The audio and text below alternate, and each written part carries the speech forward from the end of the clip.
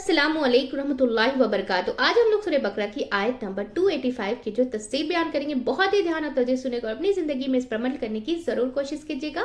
चलिए पढ़ना शुरू करते हैं। रब्बि इश्रह ली सदरी व यस्सिर ली अमरी वहलुल उक़दतम मिन लिसानी यफ़क़हू क़ौली रब्बि ज़िदनी इल्मन नाफ़िअ अल्लाहुम्मा रब्बि ज़िदनी इल्मन नाफ़िअ अल्लाहुम्मा फ़क़्क़िहना फ़िद्दीन औज़ु बिल्लाहि मिनश शैतानिर रजीम बिस्मिल्लाहिर रहमानिर रहीम। आयत नंबर 285।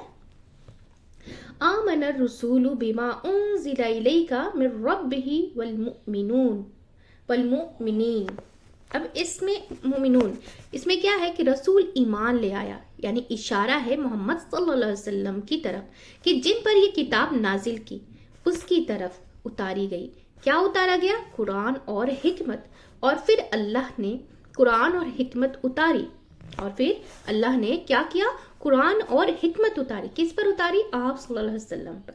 तो बिमा उन्जिला का मतलब क्या है? बिमा उन्जिला का मतलब है कि वो सब कुछ जो अल्लाह ने उतारा, ईमान लाना क्यों जरूरी है और उसके लिए ईमान लाना क्यों जरूरी है जो अल्लाह के रसूल पर उतारी गई है, यानी कि कुरान और सुन्नत पर, यानी किताब और हिकमत पर ईमान लाना क्यों जरूरी है। क्या कनेक्शन है उसका? पहली आयत से हमें क्या पता चलता है कि ईमान होता क्या है? ईमान होता है किसी चीज पर ऐसा यकीन, ईमान होता है किसी चीज पर ऐसा यकीन कि जिसपे कोई शक और शुबहा की कोई गुंजाइश ही ना, कि यकीनी कामिल मुकम्मल एतमाद, यानी कि भरपूर इकरार, पूरी कबूलियत। क्या है इसमें क्या है कि ईमान क्या होता है कि हर किसी चीज पर ऐसा यकीन कि जिस पर कोई शक और शुबहा की कोई गुंजाइश ही ना हो, उस पर यकीनी कामिल हो, मुकम्मल एतमाद हो, भरपूर इकरार हो, पूरी कबूलियत। क्या है इसमें? ये तीनों दर्जे हैं, ये 3 दर्जे हैं कि एतमाद यानी कि भरोसा, यकीन, मान जाना किसी चीज को, कैसा मानना, कोई शक ना रोके। ये कहाँ का जो है ना काम है, यहाँ ये कहाँ के काम है? दिल का काम है। ये किसका काम है? जब दिल में यकीन होता है तो दिमाग भी फिर वैसे ही काम करता है ना। तो दिल में यकीन की जरूरत है, इकरार करना, मान लेना उसको कि वो उसका काम है। जुबान का इकरार कहाँ से होता है? जुबान का, कि ये ला इलाहा है ना, अशहदु ला इलाहा इल्लल्लाह वहदहु ला शरीका लहु लहुल मुल्कु वल हम्दु वहुवा अला कुल्ली शैइन कदीर, है ना। कबूल करना कि अमल से, कि अमली रवैया कबूल कर लेना तो फिर इसका अमल ऐसा ही कर लेना कि जैसा इस किताब में कहा है। यानी कबूलियत जिसको ये फिक्र हो जाए कि मैं जो है ना इम्तिहान में हूँ, मेरा एग्जाम चल रहा है और मेरे अमल का जो है ना मुहासबा हो रहा है, मेरे अमल का किस हिसाब होगा, फिर क्या होगा?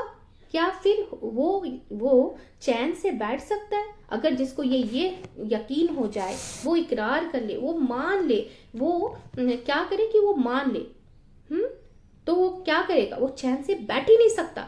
कि अगर उसको जैसे नमाज का वक्त है और वो बैठ जाए कि नहीं, इसका तो मुझे हिसाब देना है, तो मुझे छोड़ना ही नहीं है। चाहे तुम कोई भी जॉब में हो, चाहे तुम कहीं भी हो, दुनिया के किसी कोने में भी हो, कितने भी मशरूफ हो, अल्लाह की अगर हम जब नियत करते हैं ना कि हमें नमाज पढ़नी है, तो रास्ते फिर आसान हो जाते हैं। पर दिल से, हमारा दिल, जुबान और किससे, ये हमारा इकरार कबूल करना बहुत ज़रूरी है। अगर हम कबूल ही नहीं करेंगे, ना दिल से, ना इकरार करेंगे जुबान से, ना अमल से, तो कैसे हम करेंगे? नहीं कर पाएंगे ना। जब सबसे पहले हमारे दिल के अंदर वो चीज़ होनी चाहिए, वो नियत होनी चाहिए कि हमारा अल्लाह से दुआ करनी चाहिए कि या अल्लाह मेरे बॉस के दिल में ना रहम डाल दे कि वो मुझे नमाज पढ़ने की इजाज़त दे दे। तो देखिए कैसे नहीं, वो देगा ही देगा, कि अल्लाह से बड़ा कोई है ही नहीं ना।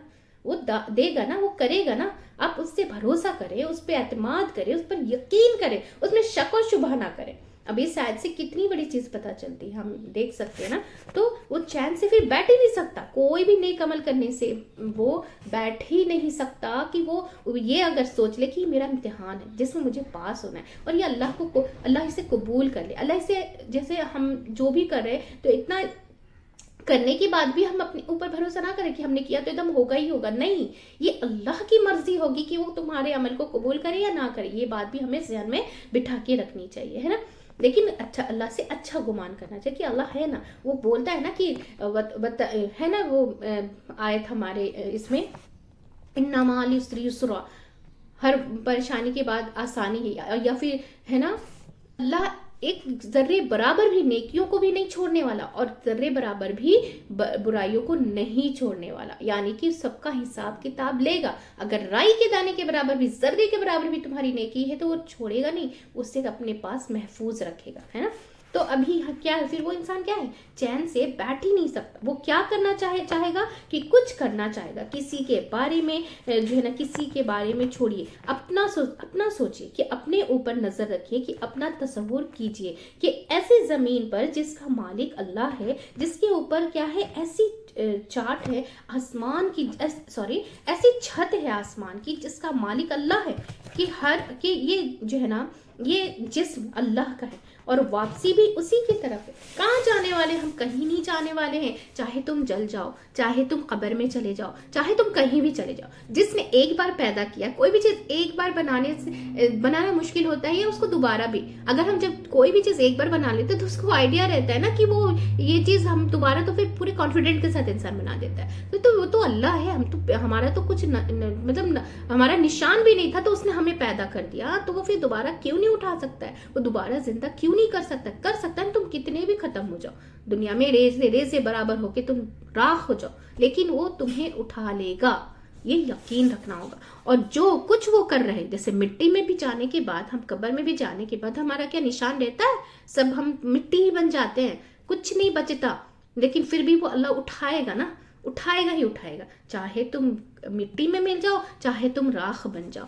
और जो कुछ वो कर रहा है वो सब कुछ लिखा जा रहा है, वो एक दिन सब खुलेगा, मुझे दिखाया जाएगा कि फिर वो जजा और सजा का दिन होगा। अब उस दिन हम कुछ भी नहीं कर सकते हैं, क्योंकि दुनिया में हमें मोहलत दी गई है कि तुम उसको मानो, तुम उसकी इबादत करो, तुम उसके कहे पे चलो, और हम वो नहीं करेंगे तो वो तो करेगा ना। अभी हम जैसे माँ बाप है, हमारे बच्चे जब गलत करते तो हम उन्हें डांटते नहीं है, डांटते क्यों डांटते हैं, कि उनकी अच्छाई उसमें छुपी होती, कि इनके लिए ये चीज भली है, इसलिए हम उन्हें बोलते हैं, रोकते हैं, टोकते हैं। तो वो तो अल्लाह है, उसने तो सारी चीजें हमें दी है, हम तो उसके मोहताज ही हैं हर चीज के। अगर उसने हाथ पैर नहीं दिया होता, आंखें नाक नहीं दी होती, तो क्या कर लेते हम, कुछ भी नहीं कर लेते ना, कुछ भी नहीं कर सकते थे, है ना।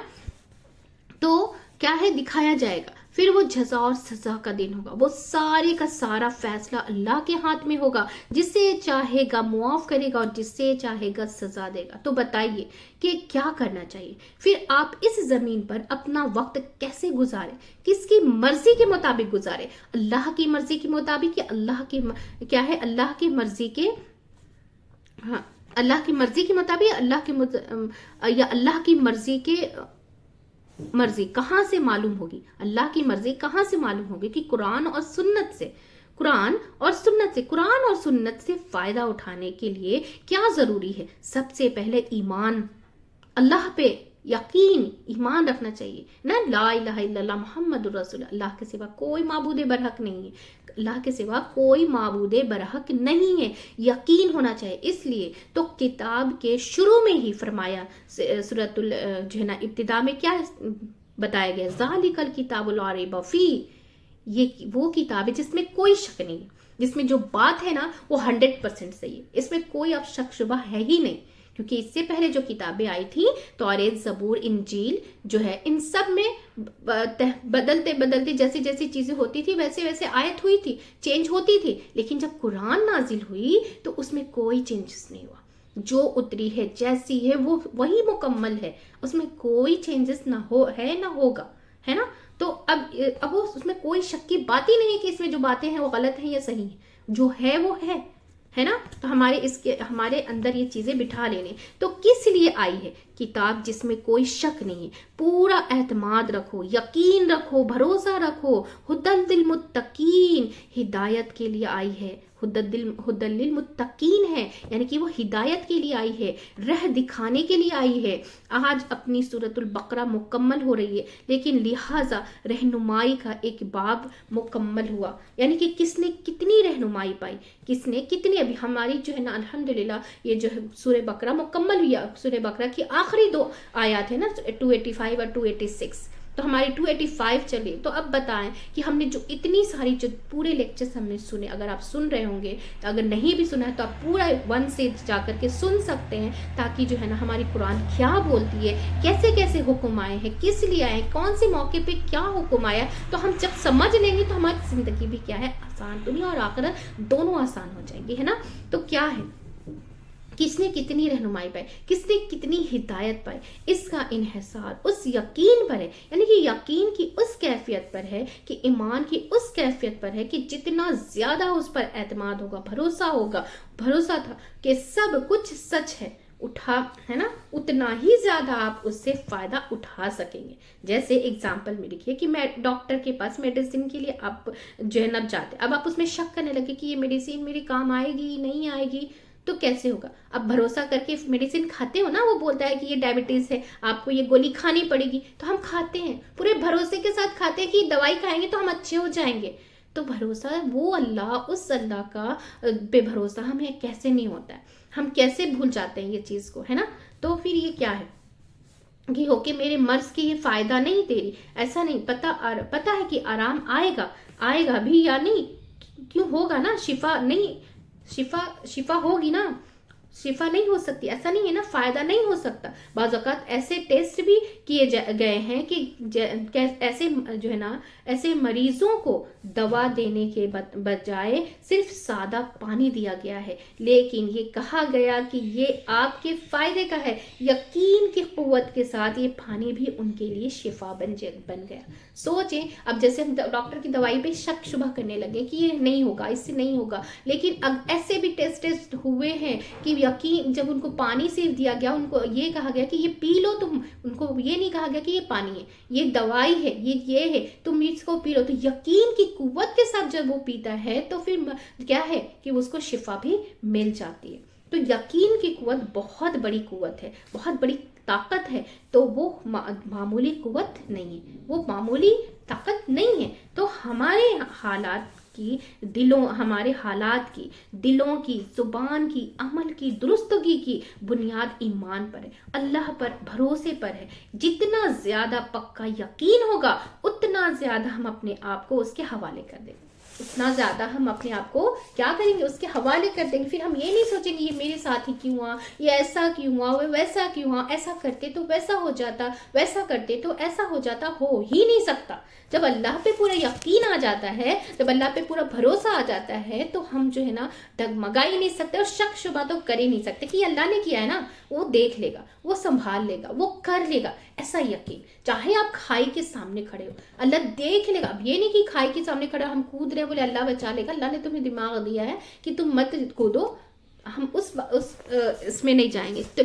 कि या रब चंद दिन की तो बात है, मुश्किल भी होगी तो भी मैं वो करूंगा जो तुझे पसंद है। इसलिए बात ईमान पर आ गई, कि ईमान रसूलुल्लाह सल्लल्लाहु अलैहि वसल्लम जो है ना उस चीज पर जो उसकी तरफ उतारी गई है, उसको रब की तरफ से, रब कौन होता है, खालिक जो पैदा करता है, मालिक जो हर चीज का मालिक है, चाहे वो कयामत आने वाली हो, चाहे जलजले आने वाले हो, चाहे धूप निकलने वाली हो, बारिश होने वाली, हर चीज का मालिक है, मुदब्बिर, जिसने उसको पैदा किया। रसूल खालिक नहीं होता, वो उसका मालिक है, और जो उसको सब कुछ अता कर रहा है। रसूल खालिक नहीं होता, उसने पैदा नहीं किया, वो तो खुद पैदा हुआ है ना, अल्लाह ताला ने उसको खुद माँ के पेट से जना है। रसूल को हम उसको रब नहीं बोल सकते, ठीक है ना, और वो उसका मालिक है, अल्लाह उसका मालिक है, वो अता जो है ना सब कुछ अता कर रहा है, जो उसका रिस्क है, यानी कि जो उसकी तरफ वही भेज रहा है। फिर रसूल उस पर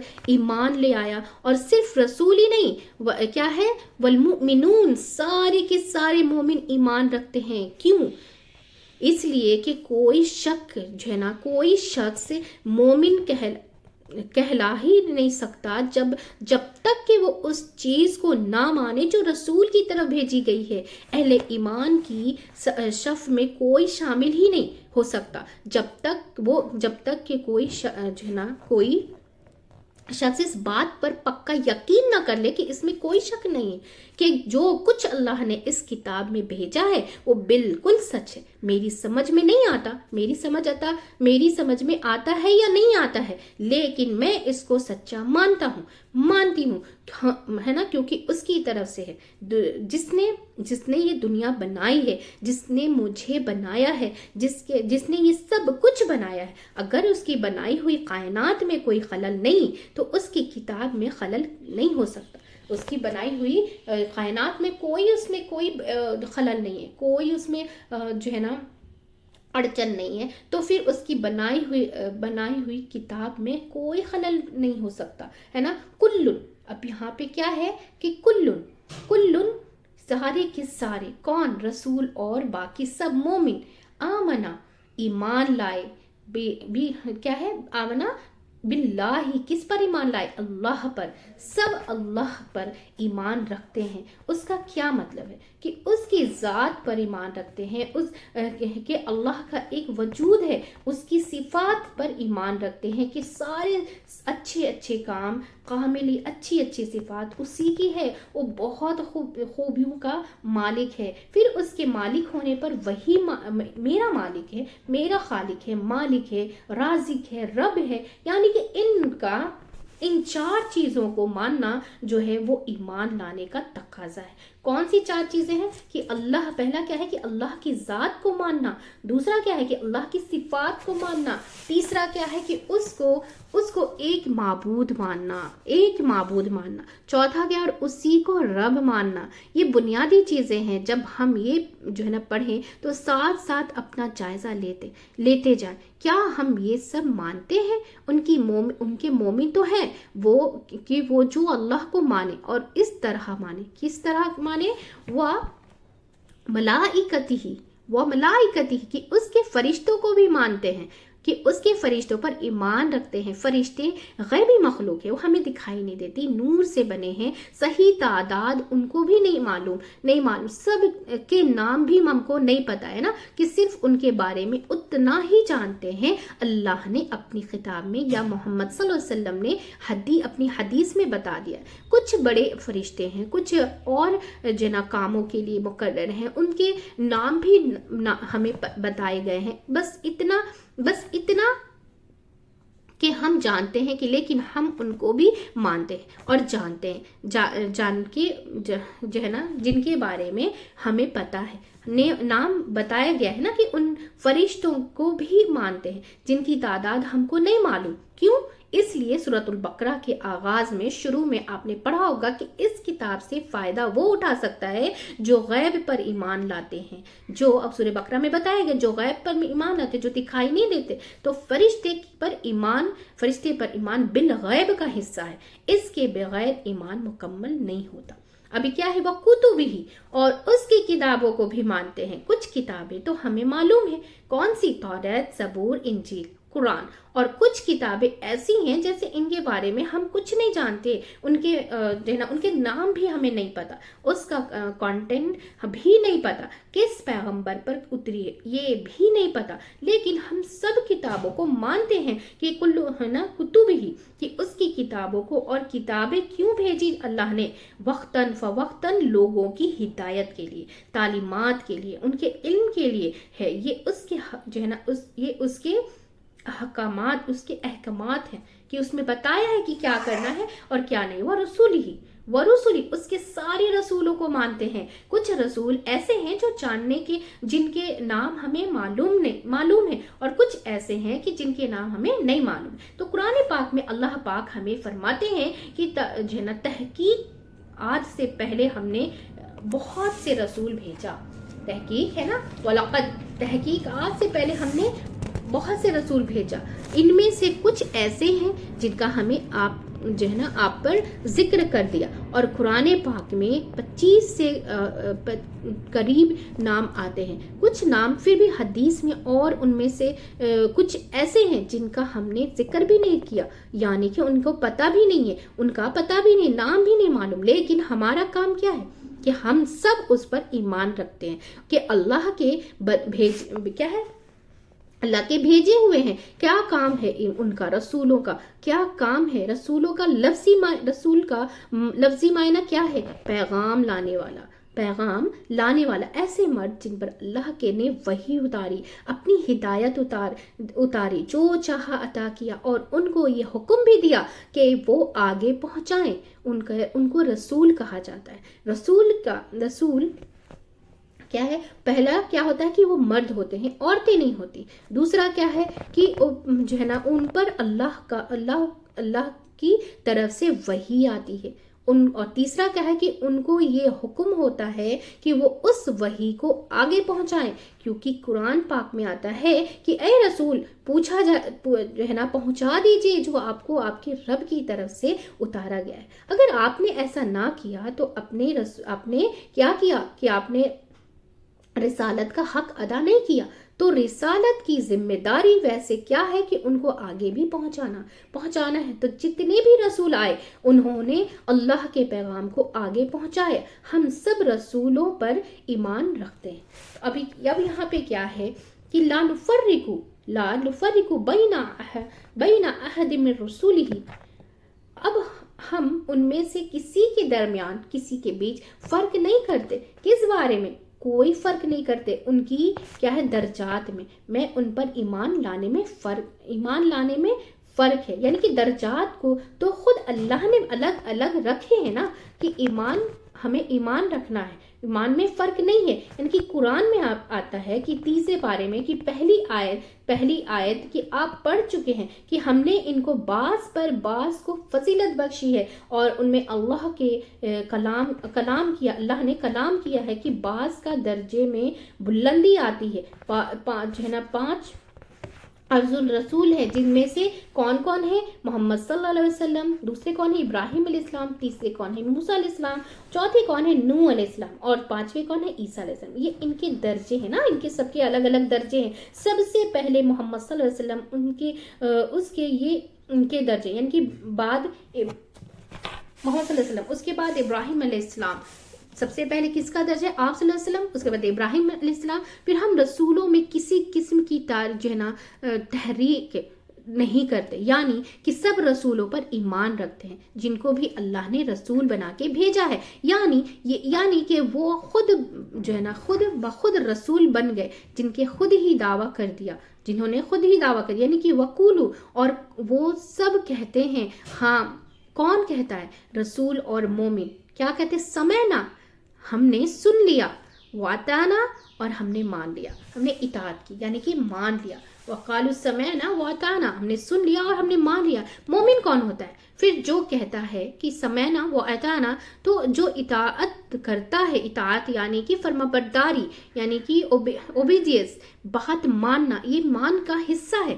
اسی لیے قرآن مجید میں ان لوگوں نے جو ایمان لائے اور اچھے اچھے کام بھی کیے ہیں، تو یہ ایمان والوں کی شان ہے۔ سوچئے کہ ہم ایمان والے ہیں، بولیے کہ ہم سمعنا واتعنا، کیا سنا ہے اب تک، اب تک پوری جو سورہ بقرہ مکمل ہو چکی ہے، کیا سنا ہے ہم نے، ہے نا، کیا سنا ہے ہم نے ان ساری چیزوں میں، تو تاکہ اپنے پوری سورۃ البقرہ، اور سورۃ البقرہ ایسی سورت ہے کہ جس میں عقائد سے متعلق بھی ہیں اور آیات ہے جیسے آیت الکرسی، اور اس کے علاوہ بھی اور آیات، جیسے یہ آیت بھی عبادت سے متعلق ہے، یعنی کہ صلاۃ سے متعلق ہے، زکوٰۃ سے متعلق ہے، زکوٰۃ کے بارے میں بتایا گیا، حج سے بھی متعلق ہے، رمضان کے سے بھی متعلق ہے نا، تو احکامات موجود ہیں۔ پھر اسی طرح معاملات جیسے کہ خاندانی زندگی کے معاملات، جس میں طلاق کی بات ہے، عدت نکاح کے بارے میں ہے، پروفٹ کی جو ہے نا پروفٹس کی ہسٹوری، یعنی کہ جتنے پروفٹس آئے ہیں ان کی ہسٹوری بھی موجود ہے، جو معاشی زندگی کے بعد سود کے بارے میں، پھر इंफाक फी सबीलिल्लाह के बारे में भी है सूरह बकरा में। फिर जो है ना मुआशरे के कमज़ोर तबकात जैसे कि यतीमों के हुकूक के बारे में भी है। फिर क्या है, मिस्कीनों के बारे में है, मुसाफिरों के और ख्वातीन के हुकूक के बारे में, निकाह के बारे में, तलाक के बारे में, इद्दत के बारे में, रजात के बारे में, इन सब चीज़ों के बारे में। फिर ज़िंदगी की हिफाजत के किसास और कत्ल वगैरह के अहकामात हैं। तो फिर उम्मत वसत की जिम्मेदारियां बताई गई कि बहैसियत उम्मत हमारा क्या किरदार क्या होना चाहिए, और उम्मत वसत जो है ना कहकर हमको एतदाल की तालीम दी गई कि ये सब कुछ हमने सूरतुल बकरा में सुना। सूरतुल बकरा को जो है ना फुस्ततुल कुरान भी कहते हैं, यानी कि फुस्तात कहते हैं, यानी कि कहे गाने की कैनोपी की। अब तक जो कुछ हमने सुना, आपने सुना, हम सब ने सुना, जो कुछ अब तक हम सब ने सुना, मोमिन क्या करना चाहिए, मोमिनों को क्या करना चाहिए, समयना व ताना, जो हमने सुना अब हम इताअत करेंगे, हम अमल भी करेंगे, और इंशाल्लाह जो है ना, लेकिन फिर भी जो है ना कमी बेसी तो हो ही जाती है ना, तो इतनी भी कोशिश कर लें कि क्योंकि जो सुने ही ना वो इताअत कर सकता है, नहीं कर सकता। जो सुने ही ना, जो पढ़े ही ना, कुरान के बारे में समझे ही ना, तो क्या वो इताअत कर सकता है, नहीं कर सकता। अगर हमने सूरतुल बकरा पढ़ी ना होती तो हम कह सकते थे कि समयना या फिर ये किताब कह सकती है कि जब हम सुने या कि दीन की तरफ आने और इसमें काम है, यानी कि इल्म हासिल करना। इसका क्या काम है? इल्म हासिल करना, सीखना, जानना। सीखने के लिए उस्ताद चाहिए, मगर घर से सुनने की ज़रूरत है। आप सुनते हैं तो कह सकते हैं कि समय ना, अगर आपने सुना ही नहीं और आप फिर भी और कह रहे कि समय ना और अचाना, क्योंकि सुन के बहुत सारे लोग रहते हैं ना कि सुन के छनक के चले जाएं, बस ठीक है, सुन लिया, बस काफ़ी है, सुनने आए थे, सुन के चले गए। हाँ, हमने सुना हुआ, हम तो पहले से भी जानते हैं, नहीं, सिर्फ सुनना भी काफ़ी नहीं है। समयना व ताना, ये है मोमिनों की शान। लेकिन इताअत की कोशिश के बावजूद इंसान से कुछ भूल चूक को हो जाती है, तो अल्लाह सुब्हानहू तआला ने अपनी रहमत के साथ हमें जो है ना, हमें खुद ही सिखा दिया कि क्या कहो। फिर गुफरान का, अगर भूल चूक हो जाती है तो आगे की आयत में सुनिए कि क्या बोला जा रहा है। गुफरान का बेबख्शिश, ये असल में क्या है ना, ये असल में ये असल में था कि जो है ना नसअलू का, यानी कि गुफरान का यहाँ पे क्या था कि नसअलू का गुफरान का, ए अल्लाह हम तुझसे सवाल करते हैं तेरी बख्शिश का कि तू हमें ढांप ले और तू छुपा ले हमें, है ना, हमारी कोताहियों से दरगुजर फरमा। ये क्यों नहीं कहा कि अल्लाह हम मगफिर लना, हम जो है ना हम मगफिर लना, कि क्यों कहा गुफरान का फेल के बजाय? जब मस्तर का इस्तेमाल होता है तो मानने में और शिद्दत आ जाती है। यानी मसलन जैसे कि एग्जाम्पल में कि आप किसी से कहें कि मेरे लिए पानी लाए, मैं तुमसे पानी का सवाल करता हूँ, और दूसरा कहे पानी पानी पानी, फर्क है ना, कौन सा ज्यादा इफेक्टिव है? पानी पानी पानी। तो जब जुमलों की जगह एक काफ़ी हो, एक वर्ड क्या है, काफ़ी, तो ज़्यादा इफेक्ट होता है। लंबी बातों के जो ना बनिस्बत कम कलाम ज़्यादा इफेक्टिव होता है। तो क्या सिखा दिया गया, क्या सिखाया? फौरन और कितना भर के जो है ना मुंह से निकलता है, गुफरान का, तेरी बख्शिश, क्योंकि जब गुनाह के बोझ तले दबा होता है, जो जितना बोझिल होता है, जितना शर्मिंदा होता है, उतना ही कम लफ्ज़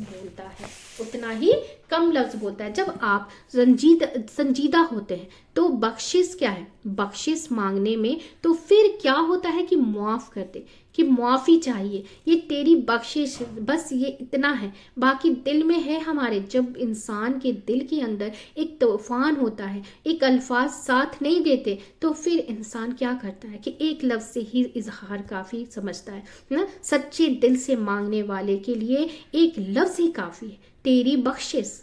ہر انسان کو تیری بخشش کی ضرورت ہے۔ یہاں رسول بھی کہہ رہے ہیں کہ اور ایمان والے بھی کہہ رہے ہیں، رسول صلی اللہ علیہ وسلم پر تو یہ صورت بھی اتری ہے کہ صورت نصر ہے نا، اذا جاء نصر اللہ والفتح، جب آ گئی اللہ کی مدد اور فتح،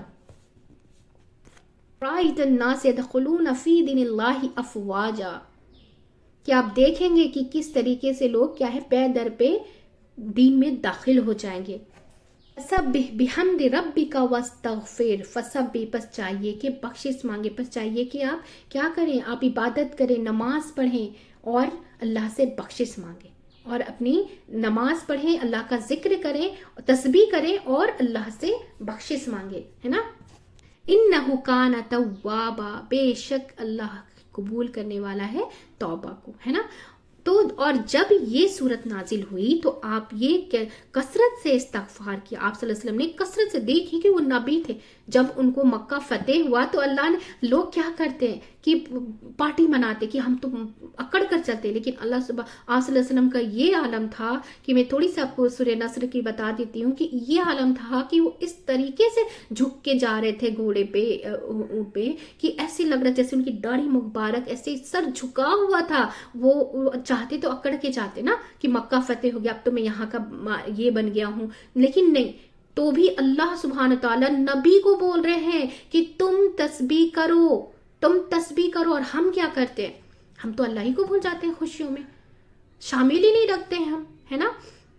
تو اللہ کو بولا جا رہا ہے کہ تم تسبیح کرو، یعنی کہ پھر اس وقت سے آپ صلی اللہ علیہ وسلم نے اتنی استغفار کی، اتنی استغفار، نبی جنہوں نے اتنا مطلب اتنا بڑا درجہ ان کو ملا ہے، نبی کو کہا جا رہا ہے، تو ہم اور آپ اپنا جائزہ لے لیں کہ ہم کیا کیا کرتے ہیں اور ہم کو کتنا استغفار کی ضرورت ہے نا، کیا کرتے۔ حالانکہ آپ صلی اللہ علیہ وسلم معصوم تھے، آپ صلی اللہ علیہ وسلم میں کوئی گناہ نہیں تھے، لیکن اس کے باوجود آپ صلی اللہ علیہ وسلم استغفار کرتے، یہ نہیں سوچنا کہ میں نے تو کبھی گناہ کیا ہی نہیں، تو میں کس بات کی بخشش مانگوں، میری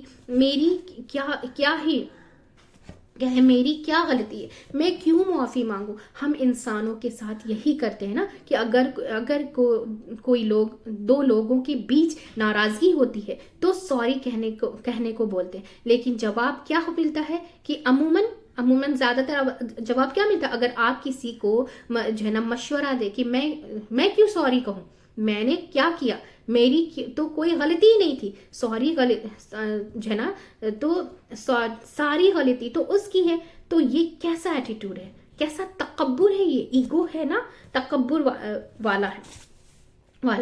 تو جو استغفار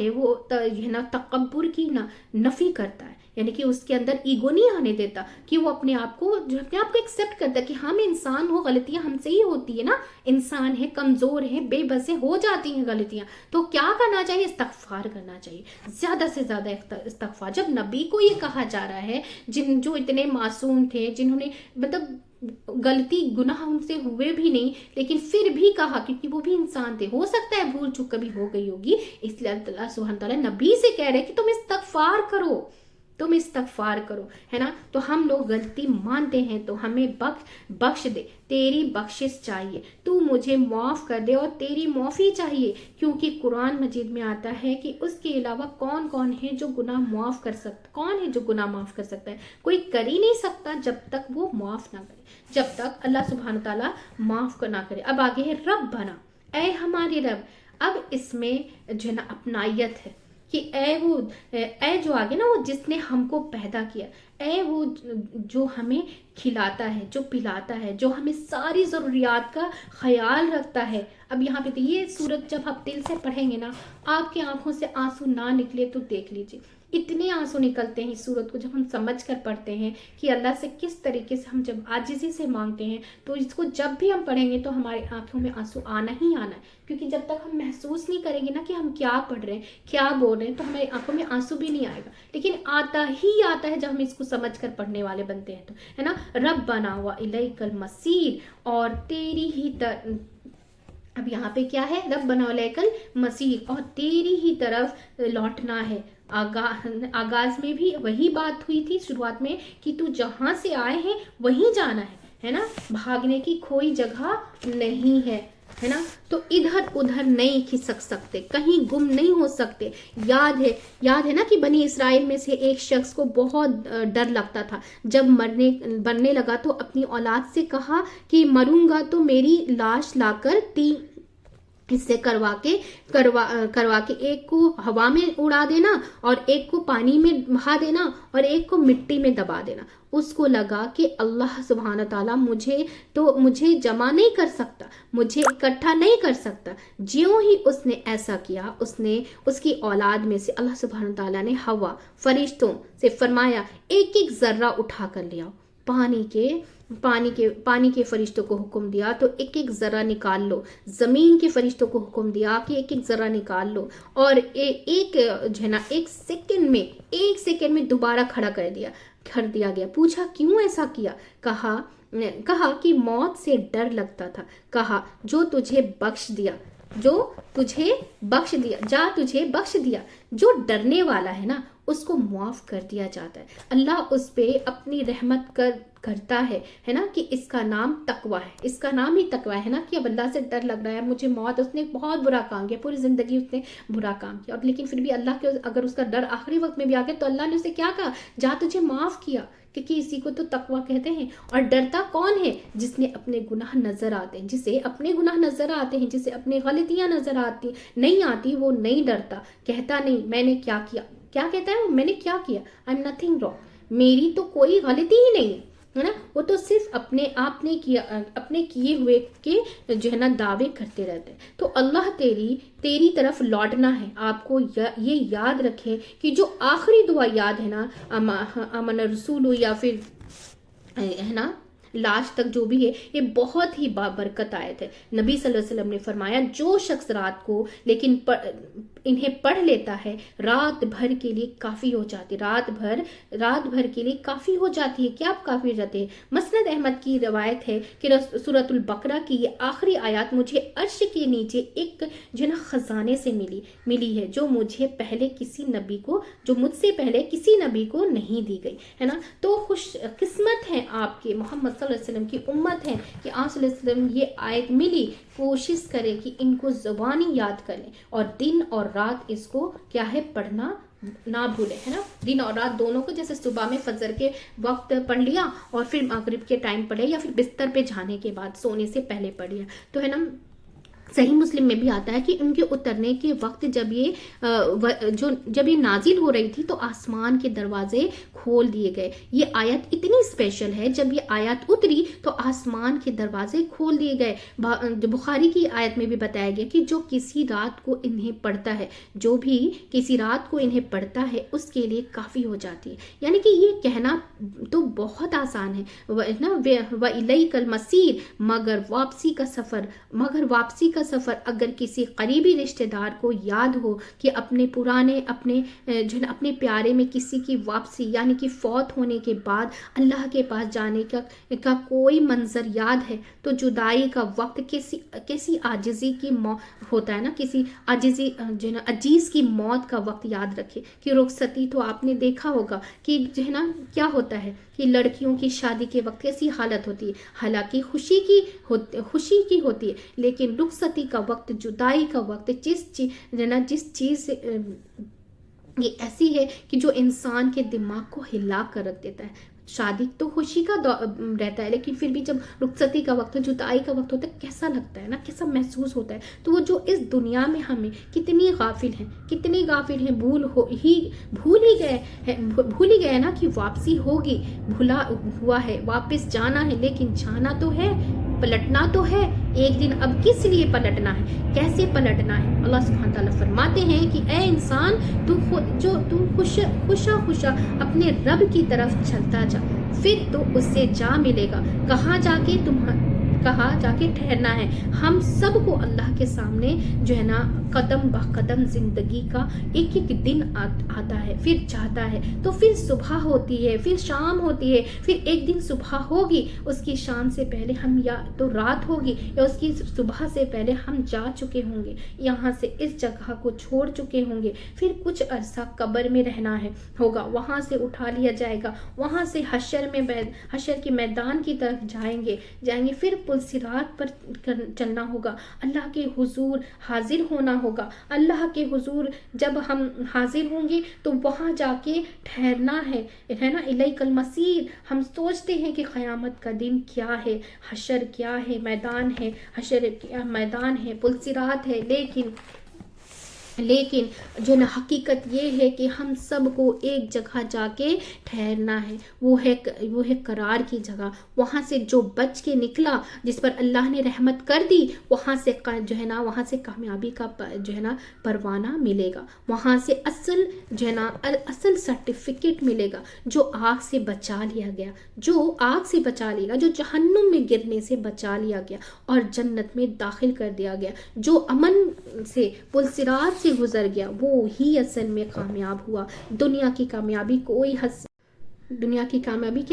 حیثیت نہیں رکھتی. کتنے ہی بڑے محل ہو ہمارے پاس، کتنے بھی بڑے بزنس ہو، کتنی بھی شاندار جو ہے نا گاڑیاں ہوں، کتنی بھی آرام دہ جگہ پر ہم رہتے ہوں، لیکن یہ سب چھوڑ جانا ہے اور واپسی اللہ کی طرف ہے نا. وَإِلَيْكَ الْمَصِيرُ. اسی کی طرف پلٹنا ہے، ہماری ہی طرف لوٹنا ہے اور ہماری ہی جو ہے نا ہماری ہی پاس حساب ہے. اب اللہ ہم سے بتا رہے ہیں کہ ہماری طرف لوٹنا ہے، ہماری پاس حساب ہے. ہم سب کو سوچنا چاہیے کہ کتنی تیاری ہے، کیا کچھ تیار کر کے رکھا ہے ہم نے اپنے لیے.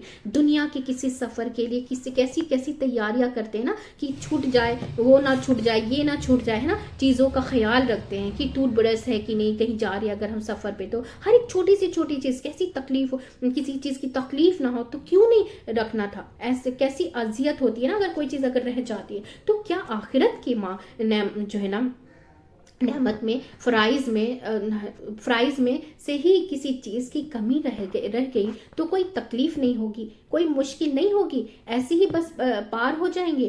جہاں دنیا کی حساب کتاب کے ریکارڈ کیا جائے گا، وہاں ظاہری عمل کی کوئی پوچھ نہیں. ہم نے کیسے سوچ لیا؟ لہٰذا اللہ غفور الرحیم ہے. ہمیں عمل کی ضرورت ہے، ہمیں عمل کی ضرورت نہیں، کچھ محنت اور کچھ کرنے کی ضرورت نہیں ہے. یہ نفس کا دھوکہ ہے. اللہ غفور الرحیم تو ہے، اس کے باوجود ہمیں دنیا میں تکلیفیں آتی ہیں نا، بیماریاں آتی ہیں نا، تکلیفیں آتی ہیں، مصیبتیں آتی ہیں. اسی طرح وہ غفور الرحیم ہے، وہ آخرت میں جسے چاہے پکڑ لے. لہٰذا اپنی طرف سے کوشش اور تیاری کی ضرورت ہے. ہمیں ہمت کر کے رہیں، پھر اللہ پر معاملہ چھوڑ دے. اور بات یہ ہے کہ اللہ نے ہم پہ جو کچھ واضح کیا ہے یا پھر لازم کیا ہے، وہ ایسا نہیں جو کر نہ سکتے. اللہ نے جو بھی احکامات بتائے ہیں، جو بھی چیزیں ہمیں بتائی ہیں، وہ ایسا نہیں کہ جو ہم نہ کر سکتے. کیا ہم نماز نہیں پڑھ سکتے؟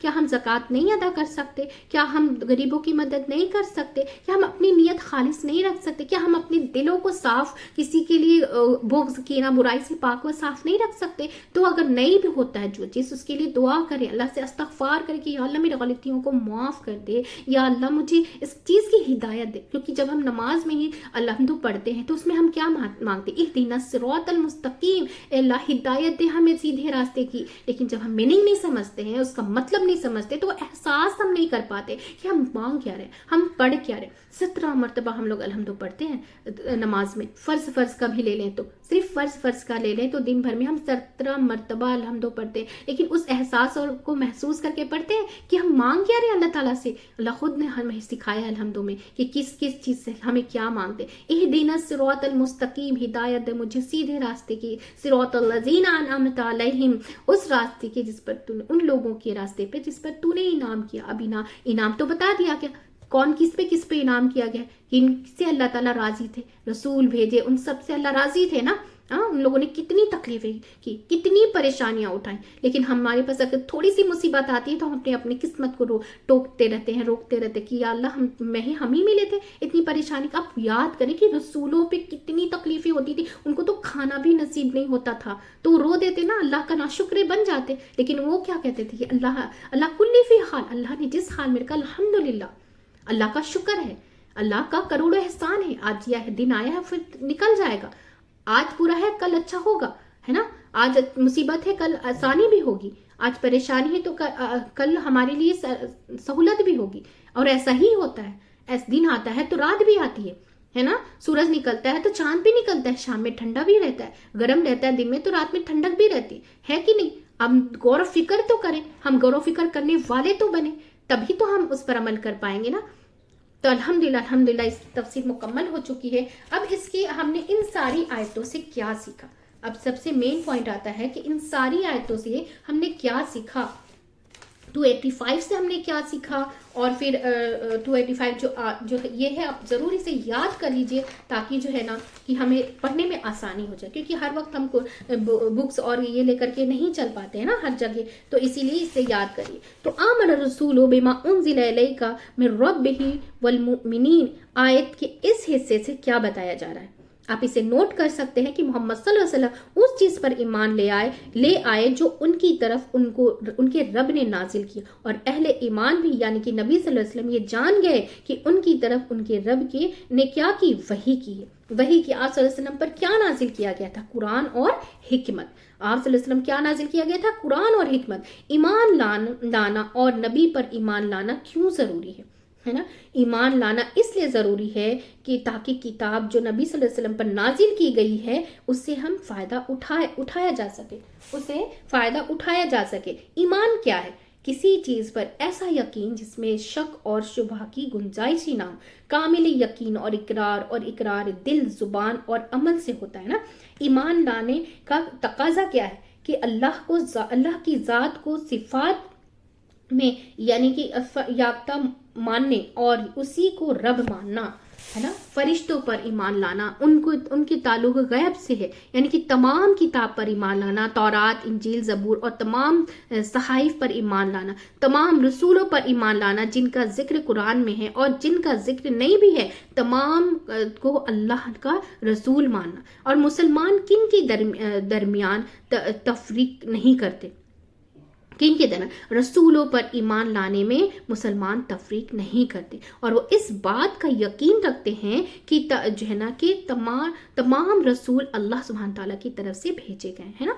तो वक़ूलू समअना व अताना गुफ़रानक रब्बिना व इलैकल मसीर आयत के इस हिस्से में एक मोमिन का तकाजा अमल क्या बताया जा रहा है कि एक मोमिन हमेशा अपने रब की बात को सुनता है और इताअत करता है, यानी मानता है, और अगर कोई भूल चूक हो जाए तो फौरन रब से बख्शिश भी मांगता है। वो जानता है कि रब की नाफरमानी की सूरत में उसे कहीं भी कोई जाए पना नहीं मिलेगी, और आखिर में रब ही की तरफ मेरी वापसी है, वो मुझसे मेरे तमाम अमल के बारे में सवाल करेगा, है ना। तो अल्हम्दुलिल्लाह हमारी मुख्तसर सी तफसीर जो इसकी आप बहुत ध्यान तवज्जो से इसे बार बार सुनिएगा, ताकि आपको समझ में आ जाए कि ये आयत क्यों ज़रूरी है, क्या मांगते हैं हम इस आयत के ज़रिए से अल्लाह से, है ना। और हमें याद आएगा कि हमें उसी के पास लौट कर जाना है, तो हम फिर हम जब बुरा काम करने जाते हैं तो हम रुक जाएंगे उस वक्त, अरे उसके पास हमें वापस जाना है, हमें ये काम नहीं करना है ना। तो हम सब एक फैमिली के जैसा मिलकर इसे ज़्यादा से ज़्यादा शेयर करेंगे, ताकि हम सब जो है ना कुरान समझ कर पढ़ने वाले बन जाए इंशाअल्लाह ताला, और उस पर अमल करने वाले बन जाए इंशाअल्लाह ताला, है ना। आमीन सुम्मा आमीन या रब्बुल आलमीन। चलिए दुआ पढ़ लेते, सुब्हानक अल्लाहुम्मा व बिहम्दिका व नशहदु अल्ला इलाहा इल्ला अंता अस्तगफिरुका व अतूबु इलैक। अस्सलामु अलैकुम व रहमतुल्लाहि व बरकातुहू।